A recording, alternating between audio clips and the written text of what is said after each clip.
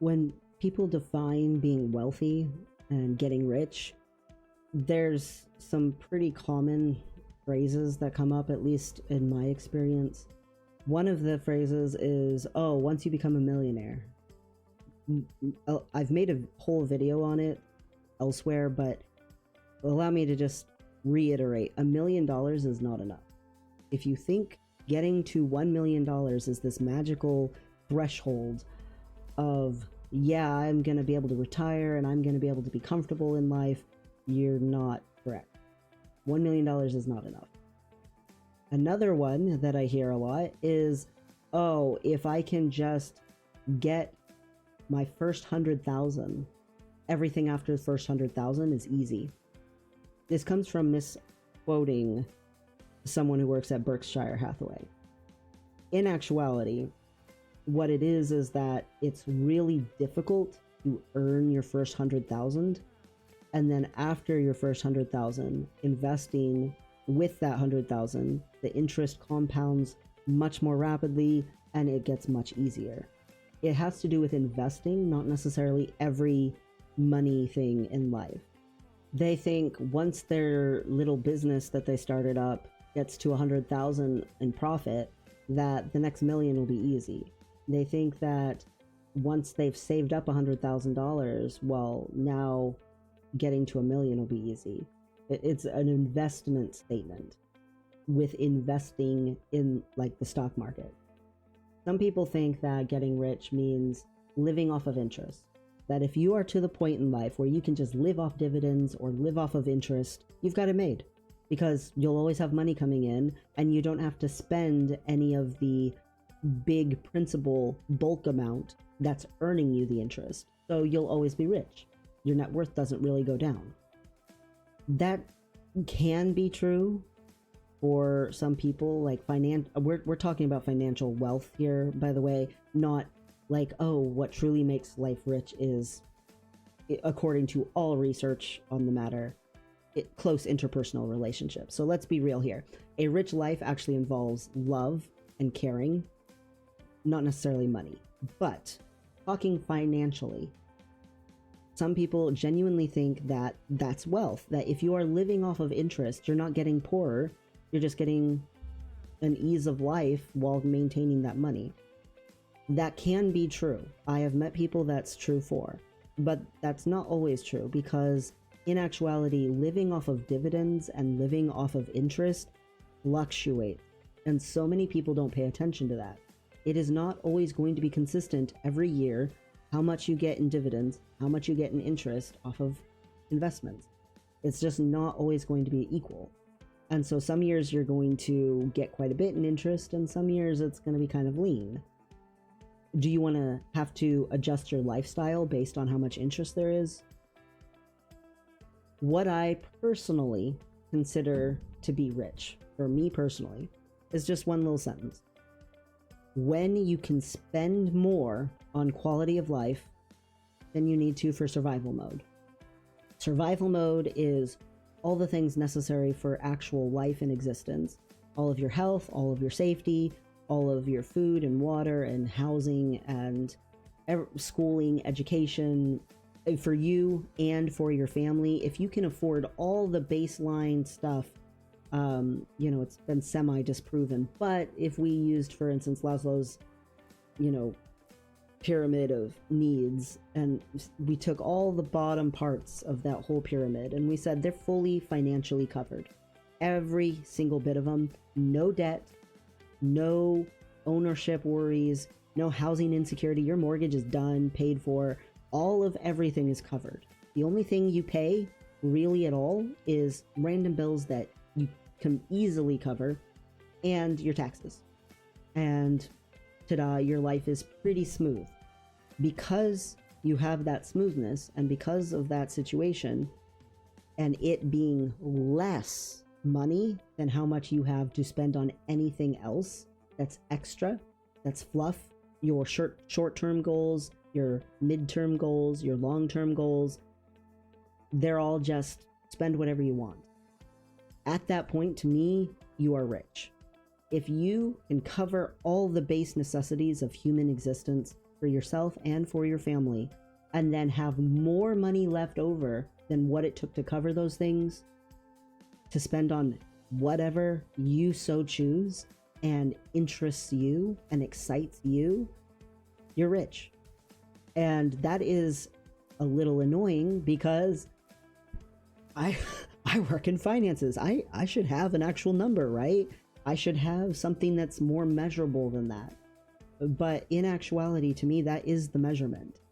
Do you have more money left over that you can do whatever your heart desires with after paying all of that? Now, that looks very different for some people. For some people, they can get to that on like less than $200,000 a year. And then some people, they can't get to that until they're to multi-millions a year. And some people can get to that on less than $60,000 a year. And then some people, they can't even imagine that. How you manage money and how much you need to live off of really, really impacts things tremendously. Also, how much money you're bringing in. I hate to say it, because the majority of my life, I did whatever job I could. I did whatever I had to. The majority of my life, I lived in poverty and just worked whatever I could randomly get. You don't earn very much money that way. And so you don't have very much money to work with. And you can cover your bills if you're really frugal and you really scrimp and you really, really stay in survival mode. But you're not really going to get anywhere. And you're not going to be able to grow your wealth. And you're not going to be able to possibly even afford to get out of survival mode. When you find a path for yourself and you trod that path and you grow yourself on that path, you keep investing in your skills and your abilities and make yourself more and more indispensable so that you're more and more valuable and you can earn more and more, your growth is vast in its potential. How much you earn absolutely affects how rich you can be. There's a lot of people that will argue about that, but it is a agonizing reality, especially in the way that things are now. Because, especially in this country, there's not respect for basic human needs. Basic human needs are not considered to be, by a huge portion of the people in the country, a right. They're not considered to be something that you should be allotted. You have to work for it or else you don't get to exist. In your face. Like, it's cruel and it's harsh, but it is absolutely the truth that there's a lot of people who believe that. There's also, unfortunately, the truth that a lot of resources and a lot of money gets hoarded. And so the availability to tap into that is kept to one person or one family, and it's not used to help the other people. And the other people just sort of have to wing it. And so they can get kind of stuck. But if you can get yourself to a point where you can recognize, hey, you know what? I am looking at the math. I pulled up a free, easily Googleable budget sheet, or, compound interest calculator, or debt payoff calculator. There's so many free ones. And I pulled it up, did the math, and this is how long I would have to live in survival mode.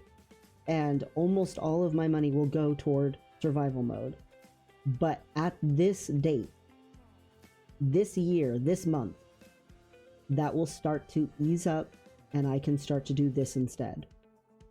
Now, it might be that you're buried under debt. And for you, that date is, this is the day I get out of debt. And I can start moving further into quality of life and less into survival mode. And eventually someday, once I have this starting point, I know someday maybe I can get across the threshold where less money is going to survival mode than what is going toward quality of life. It might be for you that you just need to get a degree. When I first got out on my own and I had no clue what to do with myself, I needed to get something. I had to get some sort of degree. I could only get part-time jobs doing not the greatest, funnest work, and it just had to happen. And I managed to do it without going into debt. I'm currently back in school again, and I'm going to do that from the looks of it without any debt once again. Yay! But I am working at the same time as going to school. Not everyone can do that, but I had to, and I have to again, and that's okay. But I don't want to just merely be an accountant. I want to work in ethics, and so I'm going back to school. I don't have to.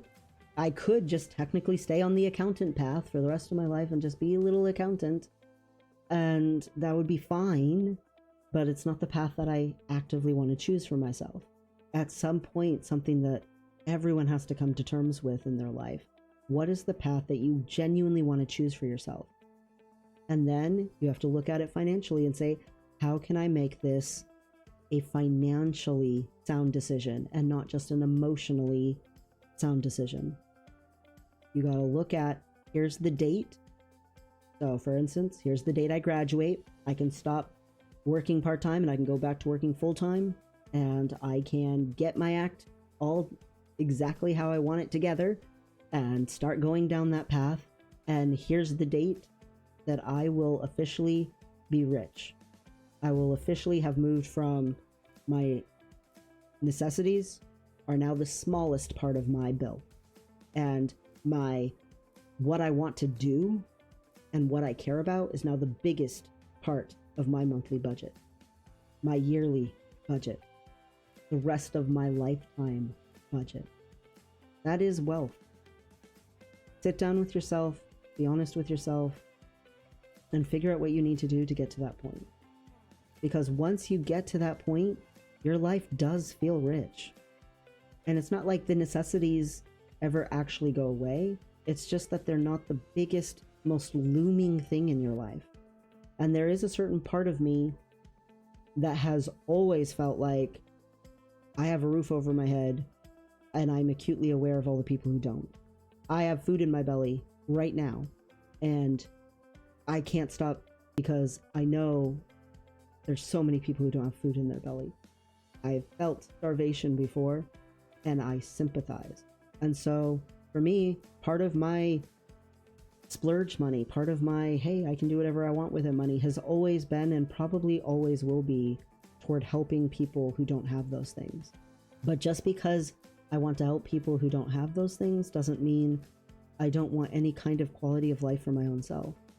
I grew up with such severe housing insecurity. Of course I want to help people have more housing security, but I also want to help myself have housing security. And I don't think those things need to be mutually exclusive or that it makes someone selfish to want that. But I do want to do it in an honorable way and not in a cheating the system kind of way. That's just my personal ethic. That's just me personally. I don't necessarily judge people who do it differently because, quite frankly, the majority of people are quite desperate. And I understand that. I spent most of my life being quite desperate. So I get it. Once you have enough of a budget that the majority of your money is going toward what you care about instead of what you have to exist, once the majority of your life is consumed with quality of life instead of survival mode, please don't forget the people who are still trapped in survival mode. Because it can be too easy to slip into a bubble of comfort and to have that survival mode state start to feel very, very far away. Part of being rich is close interpersonal relationships. Part of being rich is helping other people, being part of a community with other people, being involved in other people's lives and letting them be involved in yours, loving people and being loved by people. So once you're financially sound, get the true wealth of life. Get close interpersonal relationships. Don't just hoard all your money. Don't be a dragon. Because dragons live alone in a cave. true wealth isn't actually financial. But man, getting to a financial place of wealth sure freaking helps.